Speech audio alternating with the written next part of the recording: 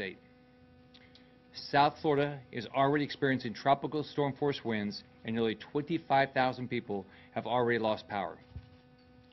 Hurricane Irma is battering the South Florida and the Florida Keys with dangerous winds and continues to remain a catastrophic and life-threatening major Category 3 storm with winds of 125 miles per hour. This is a deadly major storm, and our state has never seen anything like it. Millions of Floridians will see major hurricane impacts with deadly storm surge and life-threatening winds. There is a serious threat of significant storm surge flooding. There is a serious threat of significant storm surge flooding along the entire west coast of Florida, and this has increased to 15 feet of impact above ground level. 15 feet of impact above ground level. Think about that. 15 feet is devastating and will cover your house. In the Tampa Bay area, the surge is forecasted to be 5 to 8 feet. Think about that. The typical first story is 7 to 10 feet, 5 to 8 feet. This is a life-threatening situation.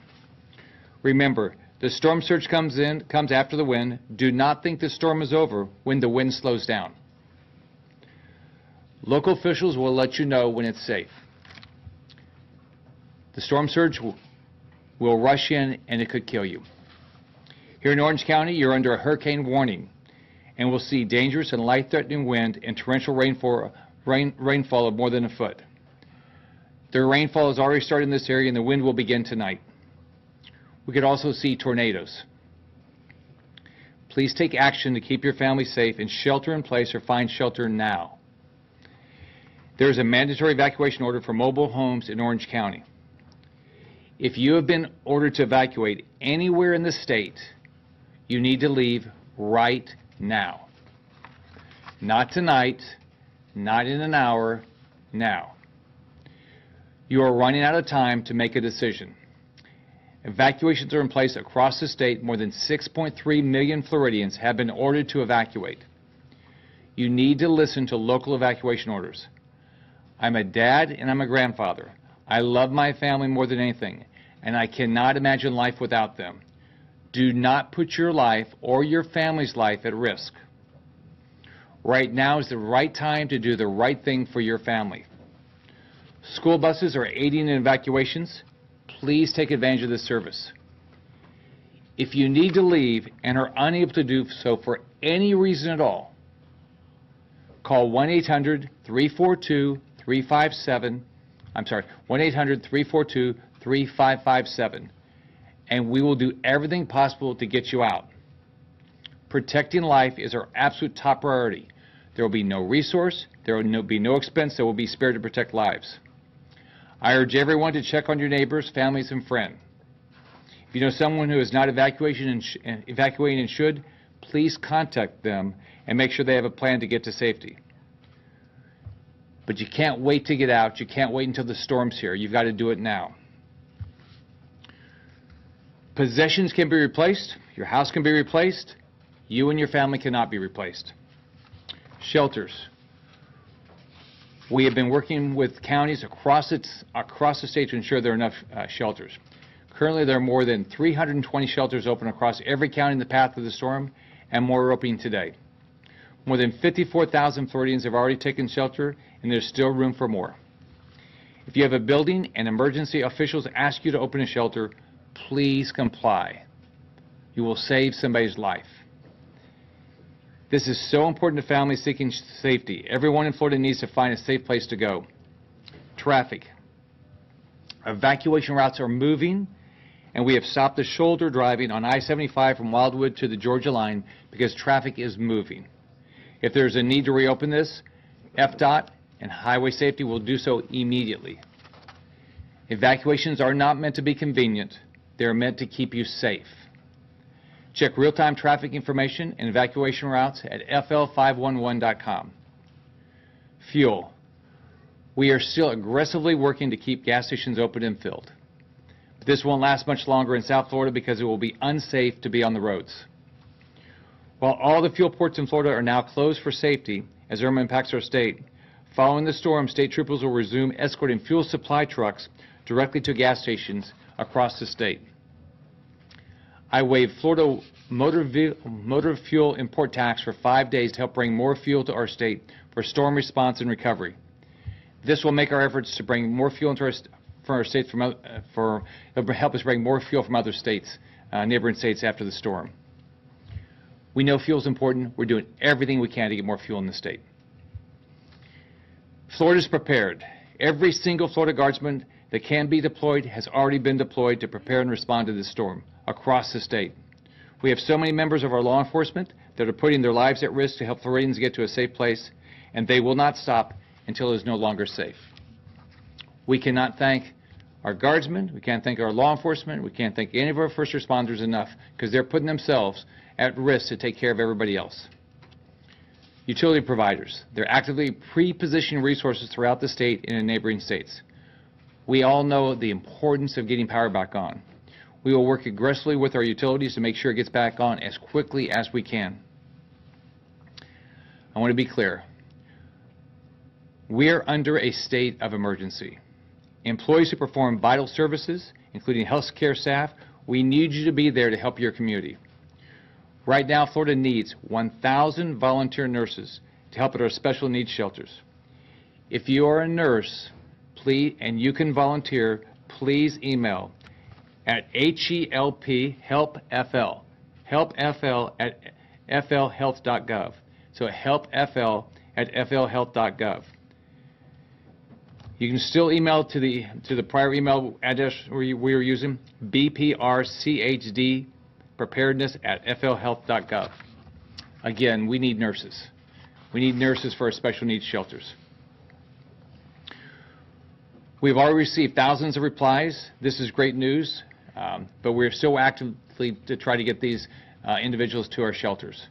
We're also going to continue to need volunteers before and after the storm. So many people across the country and across the world have called to offer their prayers and support. I want to thank the governors of the other states that provided every resource we've asked for. I know the entire country is behind us. I've been talking to the White House pretty much every day. I've been talking to FEMA all the time. I talked to Brock Long this morning, FEMA administrator. I've talked to almost every cabinet member, and they're doing everything they can to provide whatever resource they can. We have our country's best first responders ready to help us, and Florida will get through this. If you're in an evacuation zone, you've got to go. You've got to get out now. Get to a safe place. This is a catastrophic storm their state has never seen. Let's remember, we can rebuild your house, you can get your possessions again. We can't rebuild your life, and we can't rebuild your family. Florida is tough, Florida is resilient, Florida is unbreakable. Let's stay together and help each other. You can follow my Twitter account at FLGovScott for life safety messaging and updates in English and Spanish. Florida is an amazing melting pot of loving people, and I'm so proud to be governor of this incredible state. Huracán Irma ya está impactando nuestro estado. Este huracán es muy peligroso. Acuérdense que la vida de usted y su familia es lo más importante. Por favor, tengan cuidado. Cada familia ya debe de estar en un sitio seguro. Para más información, por favor, llamen a 1-800-342-3557. También visite mi cuenta de Twitter a FLGovScott para más información en inglés y español de Huracán Irma. Mi prioridad es que todos ciudadanos, turistas, están seguros y preparados. I'll be glad to answer any questions anybody has. Yes. I have a question. We're in the middle of the I-4 Ultimate Construction Project, which is obviously a vital corridor here through Central Florida. And driving through there as late yesterday, there are still construction bins full of things that look like they could be projectiles if we get hurricane-strength winds. What's being done to clear those out before it hits the fan? Sure. The FDOT and everybody that's working on there is working to get all that off the roads before the winds start. We're doing that all across the state. Anybody else? Governor, could you give those, I know you're talking about the 1,000 nurses that are needed for the special needs shelters. Would you mind giving that address one more time? It's FLHelp at FLHealth .gov. Let me just make sure. Yeah, it's .gov. Yeah, no, I'm sorry. HelpFL at flhealth.gov. Thank you, sir. Yeah, HelpFL. Yeah. Governor, speaking about those nurses, can you just kind of explain why we need that many nurses? We have had an unbelievable turnout of special needs individuals coming to our special needs shelters, and I mean it started immediately when I guess it was probably Tuesday morning when I started the messaging, and we started talking about where we're going to open up special needs shelters. The amount of individuals that signed up it's a significant number of individuals. We have a lot of volunteers. I asked for 17,000 volunteers. We have 17,000 volunteers. We're going to need more because this is going to be a devastating storm. But we need nurses at the special needs shelters. So that's why. And looking at this state, I know South Florida is expecting to get the brunt of this.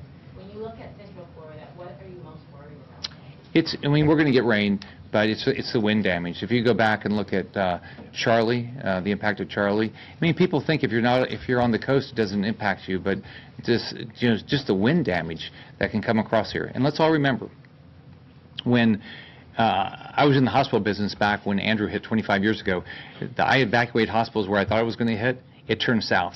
It turned south into a hospital I evacuated patients to, and we had to hand vet patients for 10 hours. All the windows blew in. You look at Charlie. Charlie was supposed to come further north, and it changed at the last, both of them, I guess, probably in the last half hour or so. This storm can change. And so everybody's got to understand. You've got to constantly watch this. We have constant updates. The National Hurricane Center gives us really good updates at 11 and 5, and they give updates on top of that. But this is now it's here. We're already seeing the winds in the Keys. I mean, I'm so concerned about what's going to happen in the Keys. How many people might not have evacuated? I mean if we have 10 to 15 foot above land, all right, not above high tide. I mean, that's devastating. I don't know how you survive that. That's why I'm telling everybody, if you're in an evacuation zone, there is no reason you should try to ride this out. I mean, I love my family. I want to be with my family the rest of my life. Governor, when and if will you open more shelters? We're continuing to open more shelters.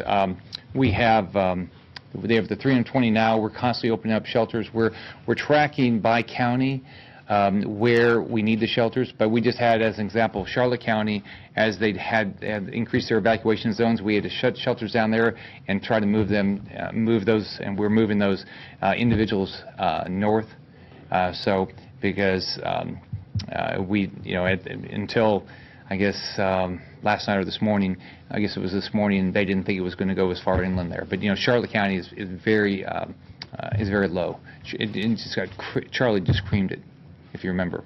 Governor, what would you say to those folks who've been watching the path and have seen it turn and take that sharp westward movement, that are on the East Coast, that are thinking, maybe I don't need to evacuate now, I might be at the beach, but it's hitting the other coast? Why take a chance? I mean, you shouldn't take a chance. Let's remember, it can turn back just as fast as it turned this way. I mean, there's no, it's what they believe the track is going to be, but just remember, yesterday the track was a little further east, and the day before was a little further east, and so these things move, and so I don't want anybody to take any risk. We're doing everything we can. We have shelters you can go to, but just don't take a risk with your life. I mean, there's people that love you, and so just don't take a risk with your life. Don't take a chance. If this thing, I mean, look at it. If this thing turned east and not that far, it has a much bigger impact on the East Coast, even though what we have. But we're still getting storm surge on the East Coast. It's not as bad as it's going to be on the West. But I mean, the West Coast. I mean, this. Down where I live, 10 to 15 foot of storm surge above ground. I mean, it's devastating. All right. Thanks, everybody.